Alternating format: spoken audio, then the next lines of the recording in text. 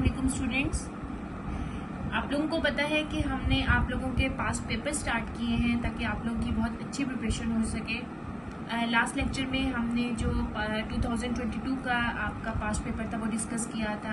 आज के लेक्चर में हम 2023 का पेपर डिस्कस करेंगे ताकि इन पेपर्स में जो भी इम्पोर्टेंट MCQs हैं वो आपको क्लियर हो सके और आप नेक्स्ट की बहुत अच्छी सी प्रिपरेशन कर सकें। आप लोगों के टेस्ट क्लास मेडिकल यूनिवर्सिटी की तरफ से लिए जा रहे हैं। आपका test BSN, DPT and AHS, इन टेस्ट की प्रिपरेशन हम आप लोगों को करवा रहे हैं। ओके, अपना लेक्चर स्टार्ट करते हैं। अपना लेक्चर स्टार्ट करने से पहले तो हमारा चैनल सब्सक्राइब कर लें ताकि जो भी आप लोगों के लिए एजुकेशनल अपडेट्स हैं हमारे पास वो आप लोगों को मिलती रहें। ओके, अपना लेक्चर स्टार्ट करते हैं। MCQs नंबर 1 देखें। Find the correct meaning of the word grim, GRIM। This mean is weak, dismal, bad, none of these. This word means bad. ठीक है, bad means कि बहुत बुरी तरह पेश आना किसी से, बहुत गलत रवैया उसके साथ रखना। swear, harsh, very serious, bad। ठीक है, ये इसके मीनिंग है। harsh, for example he gave me a grim look। उसने मेरी तरफ बहुत बुरी नजर या मुझसे गलत तरीके से मेरी तरफ देखा, ये इसका मीन है। ओके, नेक्स्ट ऑप्शन पे चलते हैं, नेक्स्ट MCQs पे चलते हैं। Choose the correct spellings. Contemptible, contemptible. अब मैं आपको इनके स्पेलिंग्स करती हूँ ताकि आप लोगों को डिफरेंस पता चल जाए। CONTEMPTIBLE। तो ऑप्शन नंबर B जो है वो आपका करेक्ट ऑप्शन है। P आपका आना था फर्स्ट ऑप्शन में, आपका P मिसिंग था, तो करेक्ट ऑप्शन जो है वो ऑप्शन नंबर B है। MCQs number 3, identify the type of sentence given below. जो आपको अब सेंटेंस आपको दिखा रहे हैं, ये सेंटेंस आपने बताना है कि किस टाइप का सेंटेंस है। बिनिश says I have completed my assignment now. बिनिश क्या कह रही है? बिनिश कह रही है कि मैंने अपनी असाइनमेंट अब कंप्लीट कर चुकी हूँ। अब ये किस टाइप का सेंटेंस है? ये आपका डिक्लेरेटिव सेंटेंस है। Declarative sentence, this type of sentence are, जिस सेंटेंस में आपकी कंप्लीट इंफॉर्मेशन दे दी जाती है वो आपका डिक्लेरेटिव सेंटेंस होता है। बिनिश ने आपको इंफॉर्मेशन दे दी है कि वो अपना वर्क कंप्लीट कर चुकी है। ठीक है, ये इंफॉर्मेशन की वजह से ये कौन सा सेंटेंस है? ये डिक्लेरेटिव सेंटेंस है। नेक्स्ट ऑप्शन पे चलते हैं। Examiners take into account. ये टेक इनटू अकाउंट आपका क्या है? ये आपका ईडियम है। और टेक इनटू अकाउंट ये ईडियम आपको क्या एक्सप्लेन करता है? ये आपको एक्सप्लेन करता है कंसीडर। कंसीडर मीन्स कि आपको एग्जामिनर एक्सप्लेन कर रहा है कि आप अपने एग्जाम के बारे में अच्छे से सोचें, तभी आपका रिजल्ट अच्छा आएगा। All the important aspects while making paper. जब तक आपके पेपर्स हो रहे हैं आप अपने इन सब चीज़ों को पेपर से अकॉर्डिंग बहुत इम्पोर्टेंटली उनको अच्छे से अपने माइंड में रखें। ठीक है, टेक इनटू अकाउंट जो आपका ईडियम है वो आपका क्या एक्सप्लेन कर रहा है? Option number B, consider explain कर रहा है। Which of the following sentence is correct? He is senior from me, he is senior to me, he is more senior than me, he is more senior to me. आपका जब भी senior, superior, inferior, junior ये आपका comparison आ रहा होता है तो उसके लिए आप टू पुट करते हैं। ओके, फ्रॉम नहीं होता, टू आपका आता है, he is more senior to me. Okay, next पे चलते हैं। Government of India act 1909 is also known as. आपका जो गवर्नमेंट ऑफ इंडिया एक्ट है जो 1909 में हुआ था उसको government of India act 1909 is also known as. जो आपका गवर्नमेंट ऑफ इंडिया एक्ट था 1909 उसका एक और नाम क्या है? उसको किस नाम से हम और भी जानते हैं, पहचानते हैं कि ये वो एक्ट था? उसका सेकंड नेम जो है वो मिंटो मोर्ले रिफॉर्म्स है। ये नाम क्यों, उसका दूसरा नाम ये क्यों हुआ? बिकॉज अब देखें क्या है मिंटो मोर्ले रिफॉर्म्स। मिंटो जो है वो आपका वॉसराय है इंडिया का, लॉर्ड मिंटो। ठीक है, लॉर्ड मिंटो आपका इंडिया का वॉसराय है, जबकि जॉन मोर्ले ये आपका सेक्रेटरी है स्टेट ऑफ इंडिया का। तो इन दोनों ने मिलकर ये एक्ट बनाया था 1909 में। तो इन दोनों के नाम से, मिंटो और मोर्ले के नाम से इस एक्ट का दूसरा नाम बनाया गया, मिंटो मोर्ले रिफॉर्म्स। नेक्स्ट पे चलते हैं। Pakistan resolution was moved by. Pakistan resolution जो ये तहरीक चलाई गई थी, ये किसने ये तहरीक चलाई थी? मौलवी A.K. फजलुल हक, ठीक है, उन्होंने ये तहरीक पाकिस्तान रेजोल्यूशन ये तहरीक चलाई थी। Quaide Azam inaugurated the State Bank of Pakistan on, Quaide Azam ने जो स्टेट बैंक ऑफ पाकिस्तान है वो कब सबसे पहले उन्होंने बनाया था, ये शुरू कब किया था, ये उसकी ओपनिंग कब हुई थी स्टेट बैंक ऑफ पाकिस्तान की? इस बैंक की कायदे आजम ने ओपनिंग 1 जुलाई 1948 में की थी। Option number C is the correct option. Next MCQs है आपका MCQs number 9। In the west Pakistan share its boundaries with, west side पे 4 साइड्स है ना, ठीक है, पाकिस्तान की 4 साइड जो है ईस्ट वेस्ट नॉर्थ साउथ, तो पाकिस्तान की वेस्ट साइड पे किस कंट्री की बाउंड्री अटैच है?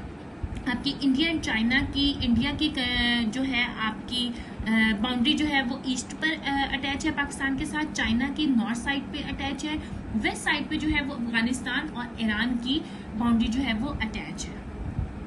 Option number 10, MCQs number 10, in which constitution of Pakistan Islam was declared as state religion of Pakistan? कौन सा कॉन्स्टिट्यूशन था, कौन सा आइन था पाकिस्तान का जिसमें ये डिक्लेयर कर दिया गया था कि पाकिस्तान एक इस्लामी मुल्क है, पाकिस्तान को इस्लामी मुल्क के तौर पर, एक रियासत के तौर पर माना गया था? वो कौन सा आइन है? वो 1972 का आइन है जिसमें पाकिस्तान को एक इस्लामी मुल्क के तौर पर मान लिया गया था। नेक्स्ट एमसीक्यूज पे चलते हैं। एमसीक्यूज नंबर 11 है आपका, Who wrote the famous Punjabi novel Sassi Punnu? Writer का नाम आपने बताना है जिसने फेमस पंजाबी नॉवल जो था ससी पुन्नू वो राइट किया था। तो इसका करेक्ट ऑप्शन है फजल शाह सैयद, ठीक है, ऑप्शन नंबर सी जो है वो आपका करेक्ट ऑप्शन है। इस नॉवल के जो राइटर हैं वो फजल शाह सैयद है। नेक्स्ट एमसीक्यूज पे देखें, senate dash was the first established under the constitution of 1973। 1973 के आइन के मुताबिक सबसे फर्स्ट क्या इस्टेब्लिश किया गया था? Senate, national assembly, provisional assembly, supreme court. 1973 के आइन के अकॉर्डिंग सबसे फर्स्ट सेनेट आपका इस्टेब्लिश किया गया था। Option number A is the correct option. Pakistan decided अब withdraw its membership from CENTO in, Pakistan ने कब डिसाइड किया था कि वो मेंबरशिप अपना लेगा सेंटो की? 1979, ठीक है, 1979 में पाकिस्तान ने ये डिसाइड किया था। Option number B is the correct option. MCQs number 14 है आपका, the common believes in Muslims and other उम्मास आर टू बिलीव इन, ठीक है, दोनों के आपने बिलीव्स बताने हैं कि किस पे उनका जो है वो एक जैसा बिलीव्स है, मुसलमानों का और दूसरे उम्मास का।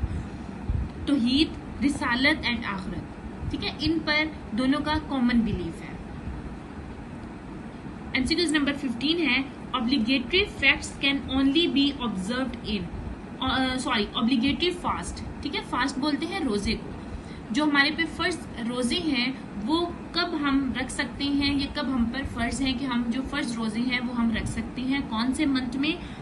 The month of Ramadan only, जो फर्ज रोजे हैं वो सिर्फ हम रमजान के महीने में रख सकते हैं। Option number D is the correct option.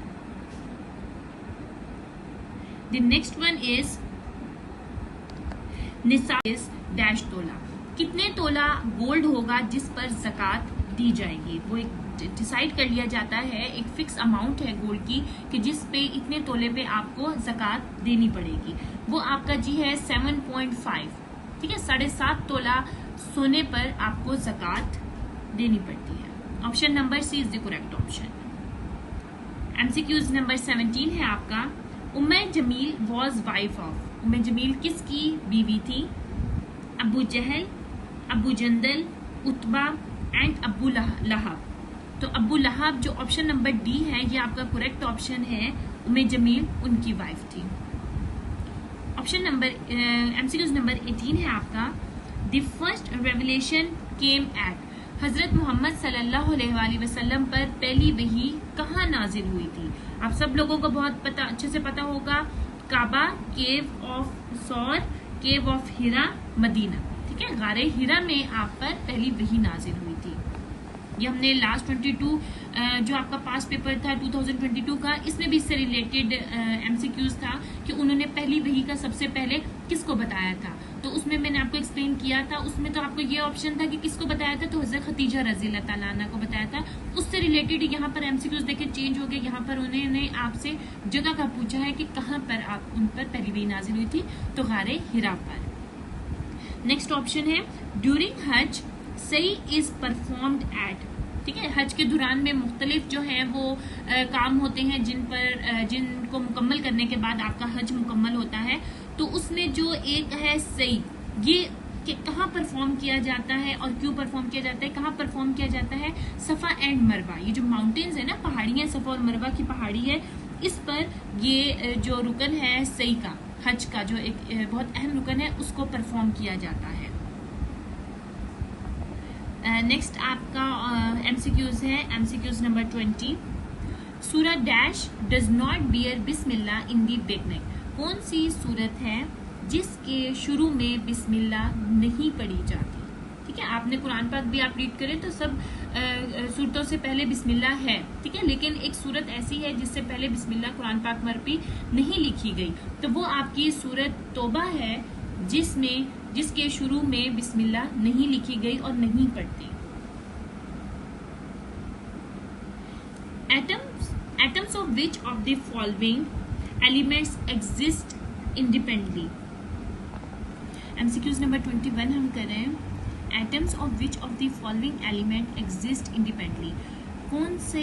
कौन सा एलिमेंट है जिसके एटम्स इंडिपेंडेंटली प्रेजेंट होते हैं, ठीक है। एलिमेंट आपने बताना है कौन सा एलिमेंट है जिसके एटम जो है वो इंडिपेंडेंटली होते हैं। आपका हीलियम और आर्गन जो है ना, ये नोबल गैसेज है, helium and argon noble gases है, और इनके जो एटम्स होते हैं वो इंडिपेंडेंटली होते हैं। They exist as monoatomic gases. इनको मोनो एटॉमिक गैसेज भी कहते हैं बिकॉज इनके एटम्स इंडिपेंडेंटली प्रेजेंट होते हैं। The number of water molecules in 1 litre of water is. 1 litre पानी में कितने वाटर मॉलिक्यूल्स प्रेजेंट होते हैं? 1 लीटर वाटर में आपके 55.55 Na मॉलिक्यूल्स प्रेजेंट होते हैं, ठीक है। अमाउंट आपने याद रखनी है 55.55।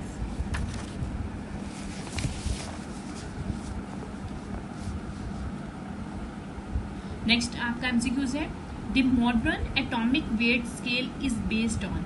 जो आपका एटॉमिक वेट है वो हम किस स्केल के अकॉर्डिंग करते हैं? ऑप्शन नंबर ए है C12। बाय इंटरनेशनल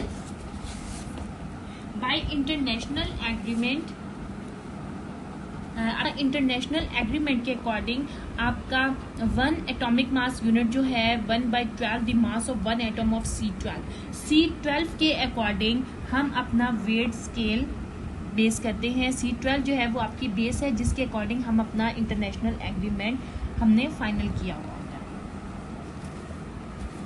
है। नेक्स्ट एमसीक्यूज देखें। Which part is the greatest wavelength. आपके जो पार्ट्स हैं न्यूक्लियस में, आपके electron, proton, neutron, alpha particles, ये जो सब चीजें हैं, इनमें सबसे ज्यादा जो वेवलेंथ है वो किसकी है? अपना देखिए, इलेक्ट्रॉन की है 9.11 माइनस, ठीक है। ये इलेक्ट्रॉन की भी आपको मेंशन की गई, प्रोटॉन की भी, न्यूट्रॉन की भी और अल्फा पार्टिकल्स की। सबसे ज्यादा जो वेवलेंथ है वो इलेक्ट्रॉन की है। क्यों सबसे ज्यादा वेवलेंथ इलेक्ट्रॉन की है? बिकॉज इट हैज स्मॉलेस्ट मास। इसका मास सबसे स्मॉलेस्ट है, इस वजह से ये रीजन है कि इलेक्ट्रॉन की जो वेवलेंथ है वो सबसे ग्रेटेस्ट है। तो आपका ऑप्शन नंबर 1 जो है वो करेक्ट ऑप्शन है, ठीक है। रीजन भी मैं आपको दे रही हूँ कि इलेक्ट्रॉन की वेवलेंथ क्यों सबसे ज्यादा है, बिकॉज इसका जो मास नंबर है, जो मास है वो सबसे कम है। नेक्स्ट देखें, the splitting spectral lines in magnetic field is called. The splitting spectral lines in magnetic field is called Stark effect, Zeeman effect, Aufbau principle, Pauli exclusion principle. अच्छा, सबसे ज्यादा हमने कहा स्प्लिटिंग स्पेक्ट्रल लाइंस किसकी हैं? वो किसकी सबसे ज्यादा हैं? वो आपकी जीमन इफेक्ट की सबसे ज्यादा मैग्नेटिक फील्ड होती है, आपकी स्पेक्ट्रल लाइंस होती हैं। जो आपका स्टार्क इफेक्ट है वो इलेक्ट्रिकल फील्ड में होता है, ठीक है, आपसे देखिए अपने एमसीक्यूज में देखिए आपको मैग्नेटिक फील्ड का पूछा गया है कि मैग्नेटिक फील्ड में स्पेक्ट्रल लाइंस किसकी ज्यादा होती हैं, स्प्लिट करती है, मैग्नेटिक फील्ड की बात हो रही है। तो स्टार्क में तो इलेक्ट्रिकल फील्ड होती है, दैट्स मीन ये तो आपका ऑप्शन करेक्ट हो ही नहीं सकता। पोली एक्सक्लूजन में देखें इसमें स्प्लिटिंग होती ही नहीं है। तो जीमन जो है ना, ये जो आपका ऑप्शन है ऑप्शन नंबर बी, ये इसमें मैग्नेटिक फील्ड होती है, दैट्स मीन ये आपका करेक्ट ऑप्शन है, ये इसमें मैग्नेटिक फील्ड आपकी होती है। Consider of the energy at the given subshells is, आपने सबशेल्स बताने हैं। आपका ऑप्शन नंबर ए जो है ये आपका करेक्ट ऑप्शन है, इसमें आपकी सब शेलिंग जो है वो करेक्ट की गई है। 5s is less than 5p than 5d। Okay, option number A is the correct option. Next है आपका carbon dioxide and methane dipole movement values. Diagonal planar geometry, आपने इसमें पेयर्स बताने हैं, आपको डिफरेंट पेयर्स दिए गए हैं कि कौन से पेयर की जो डायगोनल प्लानर ज्योमेट्री है वो आपकी बहुत ज्यादा अच्छी है, किस पेयर की है। ऑप्शन नंबर ए है कार्बन डाइऑक्साइड एंड सल्फेट, इस पेयर की जो आपकी डायगोनल प्लानर है वो पेयर है।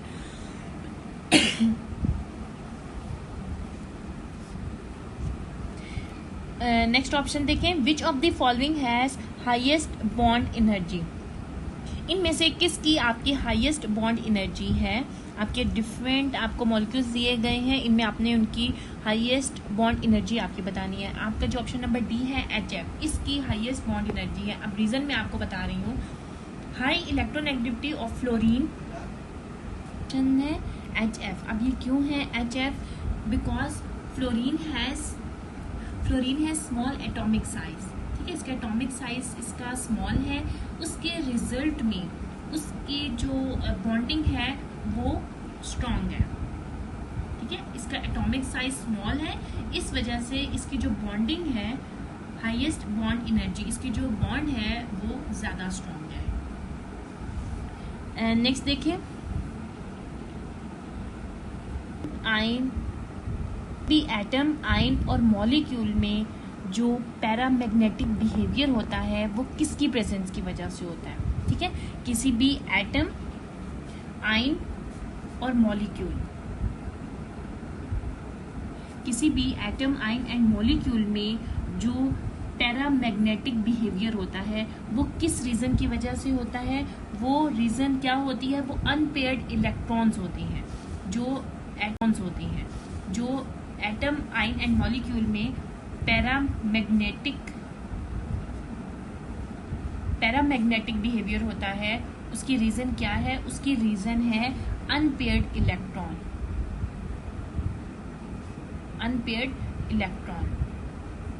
बिकॉज जो आपके अनपेयर्ड इलेक्ट्रॉन होते हैं ना वो स्पिन करते हैं, बिकॉज ऑफ देयर स्पिन वो पैरामैग्नेटिक बिहेवियर फिर शो करते हैं। तो ऑप्शन नंबर फर्स्ट जो है वो आपका करेक्ट ऑप्शन है। नेक्स्ट है 760 torr is equal to, 760 torr जो है वो किसके इक्वल होता है, पास्कल्स में बताया गया है, वो ऑप्शन नंबर सी है 101,325 पास्कल्स के इक्वल होता है। यहाँ देखिए 1 एटमॉस्फेयर जो है वो आपका 760 टॉर के इक्वल होता है, एंड देन 760 टॉर जो है वो पास्कल्स में अगर कन्वर्ट करें तो वो इक्वल होता है 101,325 पास्कल के। दैट्स आपका ऑप्शन नंबर सी जो है वो करेक्ट ऑप्शन है। Dipole forces are present among, dipole forces are present among, dipole forces जो हैं वो किन में प्रेजेंट होती हैं। वो आपके ऑप्शंस दिए गए हैं, molecules of iodine, atoms of neon gaseous states, chloroform molecules, carbon tetrachloride molecules. आपके जो डाइपोल फोर्सेस हैं वो आपके क्लोरोफॉर्म मॉलिक्यूल्स में प्रेजेंट होती हैं। वो क्यों क्लोरोफॉर्म मॉलिक्यूल्स में प्रेजेंट होती हैं dipole forces, because chloroform molecule is polar, जो आपके बाकी ऑप्शंस है ना वो नॉन पोलर है, तो डाइपोल जो फोर्सेस हैं वो पोलर में प्रेजेंट होती हैं। अब ये पोलर क्यों है, क्योंकि इनमें जो ये देखें CH और क्लोराइड, ये तीनों जो हैं इनमें इलेक्ट्रोनेगेटिविटीज का डिफरेंस है, इनकी सेम इलेक्ट्रोनेगेटिविटीज नहीं है। इनकी इलेक्ट्रोनेगेटिविटी सेम ना होने की वजह से जो क्लोरोफॉर्म है वो पोलर है, इस वजह से इसमें डाइपोल फोर्स है, और जो बाकी आपके ऑप्शंस हैं वो नॉन पोलर हैं, वो पोलर नहीं है। ठीक है, इसलिए वो इनकरेक्ट हो गए। MCQs number 35, crystal energy is also called, crystal energy का सेकंड नेम क्या है? Crystal energy is also called lattice energy. ठीक है, ऑप्शन नंबर ए आपका करेक्ट ऑप्शन है। क्रिस्टल एनर्जी को हम लैटिस एनर्जी भी बोलते हैं। नेक्स्ट ऑप्शन में है energy of affinity, bound energy, but first option number 1 जो है वो हमारा करेक्ट ऑप्शन है। नेक्स्ट है हमारा water has maximum density at, water की मैक्सिमम डेंसिटी किस टेम्परेचर पर होती है? When water cools down from a high temperature, its density increases until it reaches 4 degree Celsius.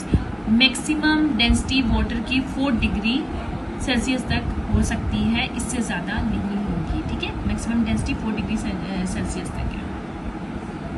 Next है आपका according to Aufbau principle a new electrons enter the orbital when, फिर repeat कर रही हूँ, थोड़ा मिसप्रिंट है इसलिए प्रॉब्लम हो रहा है। According to Aufbau principle a new electron enter the orbital when, according to Aufbau principle आपने बताना है, इस प्रिंसिपल के अकॉर्डिंग न्यू इलेक्ट्रॉन कब न्यू ऑर्बिटल में एंटर होता है? जब n+1 इज मैक्सिमम, जब n+1 जो है वो मैक्सिमम हो जाती है। n आपका है प्रिंसिपल क्वांटम नंबर, ठीक है, n आपका है principal quantum number and 1 is quantum number. Okay, अच्छा नेक्स्ट हमारा एमसीक्यूज है,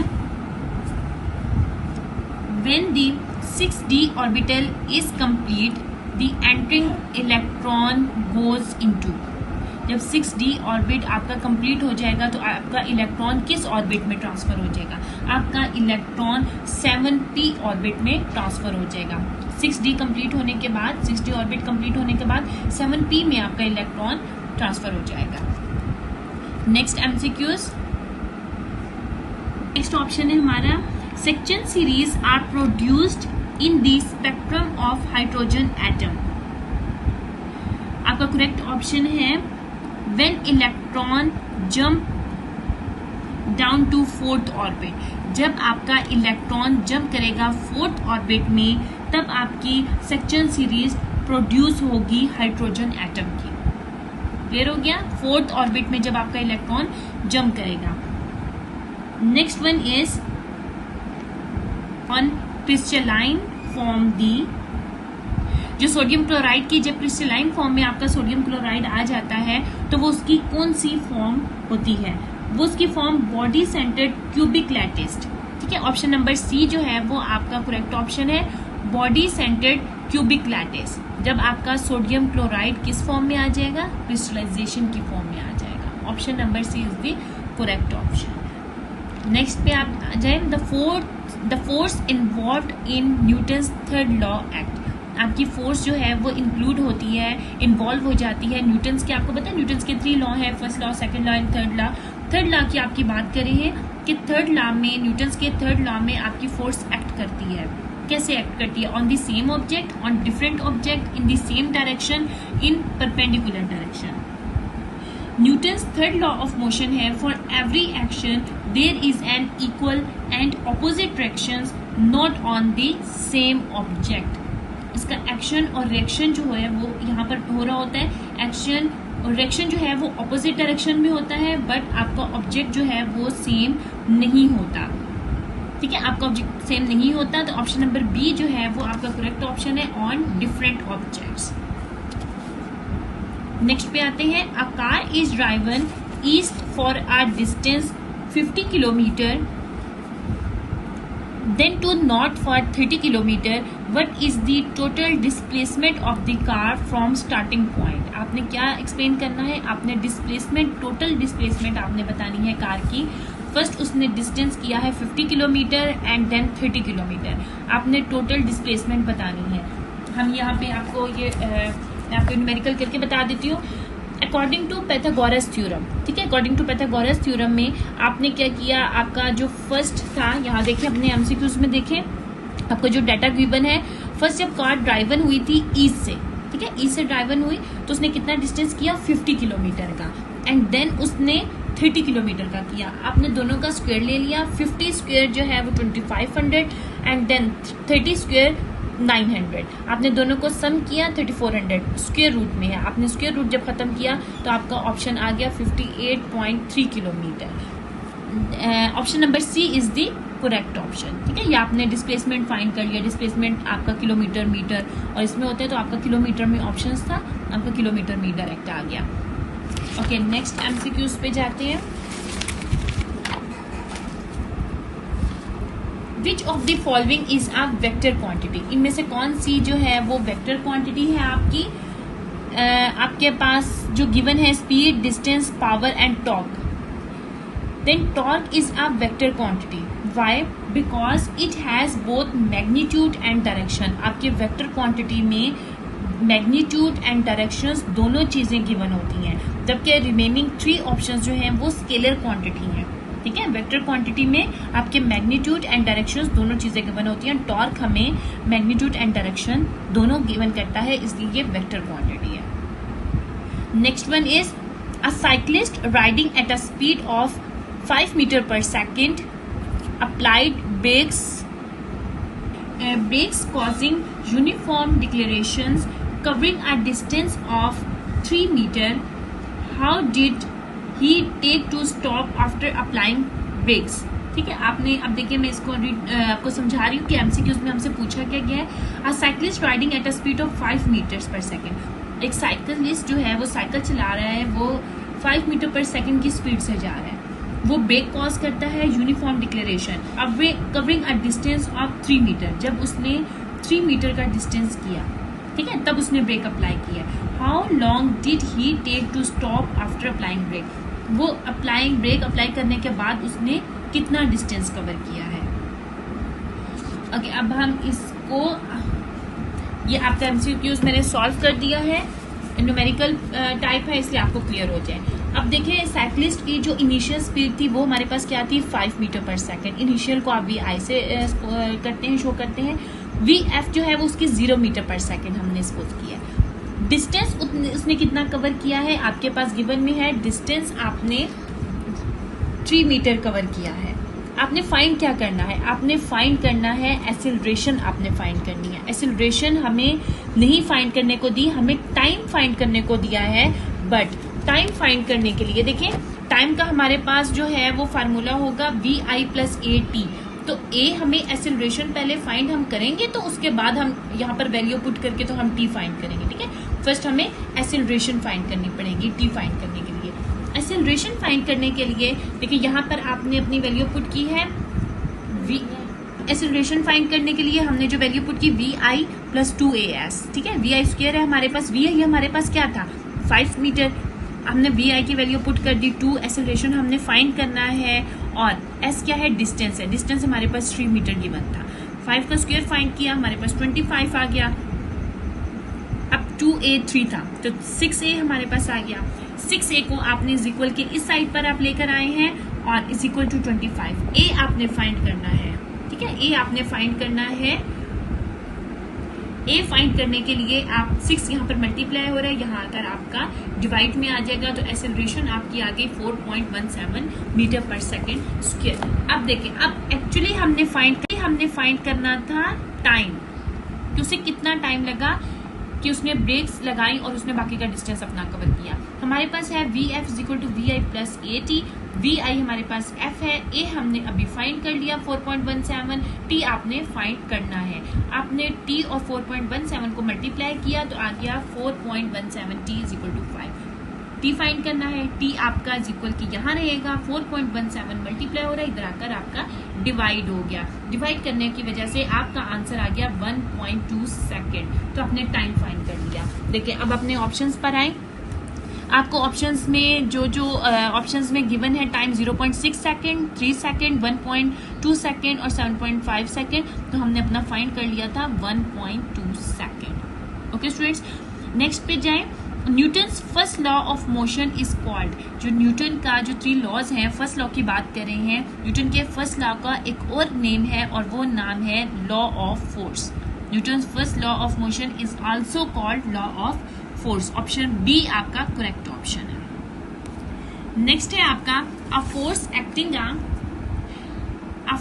acting on a body of mass 4 kg produces an acceleration as 5 kg produce an acceleration of 10 meter per second square, but acceleration is same force will produced in a body of mass 2 kg। ठीक है, अब यहाँ पे देखिए, ये भी मैं आपको न्यूमेरिकल क्वेश्चंस डिटेल में करवा रही हूँ ताकि आपको बहुत अच्छे से क्लियर हो जाए।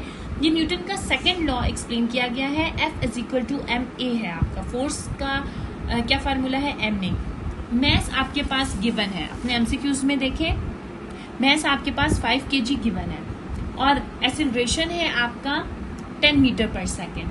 आपके पास फोर्स कितनी आ गई, 5 × 10 इज 15 न्यूटन। फोर्स का आपका जो यूनिट होता है वो न्यूटन होता है। अच्छा, अब उन्होंने बोला है कि आपने सेम फोर्स के साथ, ठीक है, एक्सेलरेशन चेंज कर दी है और फोर्स आपकी सेम रही है और आपने फाइंड क्या करना है। ठीक है, अब एक्सेलरेशन आपकी है, एक्सेलरेशन आपने फाइंड करना है। फोर्स F = ma है, सॉरी ये 2 kg जो है ये आपका मैस है। एक्सेलरेशन आपने फाइंड की, फोर्स यहाँ का डिवाइड हो गया। अब देखिए फोर्स आपका 50 था, ठीक है, फोर्स उन्होंने बोला सेम रखनी है जो आपने यहाँ पर फाइंड किया, सेम रख ली, मैस चेंज कर दिया। पहले मैस क्या था, 5 था, अब मैस उन्होंने बोला है कि 2 रखना है। सॉल्व कर लिया तो आपकी एक्सेलरेशन आ गई 25 मीटर पर सेकेंड स्क्वायर। तो ये आपका ऑप्शन जो है 25 metre per second square, option number D जो है वो आपका करेक्ट ऑप्शन है। ठीक है, ऑप्शन नंबर बी आपका करेक्ट ऑप्शन है। मल्टीप्लाइंग और dividing vectors bye scalar result in, आपने मल्टीप्लाई करें या डिवाइड करें वेक्टर को स्केलर से तो रिजल्ट में क्या आएगा, तो रिजल्ट में आपके पास वेक्टर ही आएगा। When you multiply or divide a vector by a scalar, when you multiply or divide a vector by scalar, the result is still a vector। आपका रिजल्ट में वेक्टर ही रहेगा, वो चेंज नहीं हो जाएगा, चाहे आप स्केलर से उसको डिवाइड करें या मल्टीप्लाई करें। Because the operation only changes the magnitudes but it does not turn it. वो उसका मैग्नीट्यूड तो चेंज करेगा बट उसको स्केलर में चेंज नहीं करेगा, वेक्टर में ही रहने देगा। तो आपका option number A is the correct option. Which of the following is always positive, इनमें से कौन से ऑप्शंस में से क्या ऐसा ऑप्शन है कि जो हमेशा पॉजिटिव ही रहता है। Direction, magnitude, scalar and vector. आपका मैग्नीट्यूड जो है वो हमेशा पॉजिटिव ही रहता है, वो चेंज नहीं होता। ठीक है, वो 0 हो सकता है बट पॉजिटिव में ही रहता है। The maximum and minimum value of the resultant of two forces are 40 Newton and 20 Newton respectively। 2 forces हैं आपके पास, then the magnitude of both forces are, तो इन दोनों का मैग्नीट्यूड क्या होगा। Option number B is the correct option. इनका magnitude जो है वो 30 न्यूटन एंड 10 न्यूटन होगा। ठीक है, 40 न्यूटन जो है ये आपके रिजल्टेंट है, ठीक है, फाइनल आपको फोर्सेस दी गई हैं, लेकिन इनका मैग्नीट्यूड दोनों फोर्सेस का क्या होगा, 40 का 30 में चेंज होगा एंड 20 का 10 में। ओके स्टूडेंट्स, इस वीडियो में हमने 1 to 50 एमसीक्यूज सॉल्व किए हैं एंड नेक्स्ट वीडियो में हम 51 to 100 अपने एमसीक्यूज, अपना पास पेपर 2023 कंप्लीट करेंगे 100 एमसीक्यूज का। ये वीडियो आपकी यहाँ तक ही है एंड लास्ट हमारे चैनल को सब्सक्राइब करें ताकि जो भी आपके टेस्ट से रिलेटेड अपडेट्स हैं आपको मिलती रहे और आप अपने एजुकेशन पार्ट को बहुत अच्छे से सॉल्व कर सकें। Thank you so much.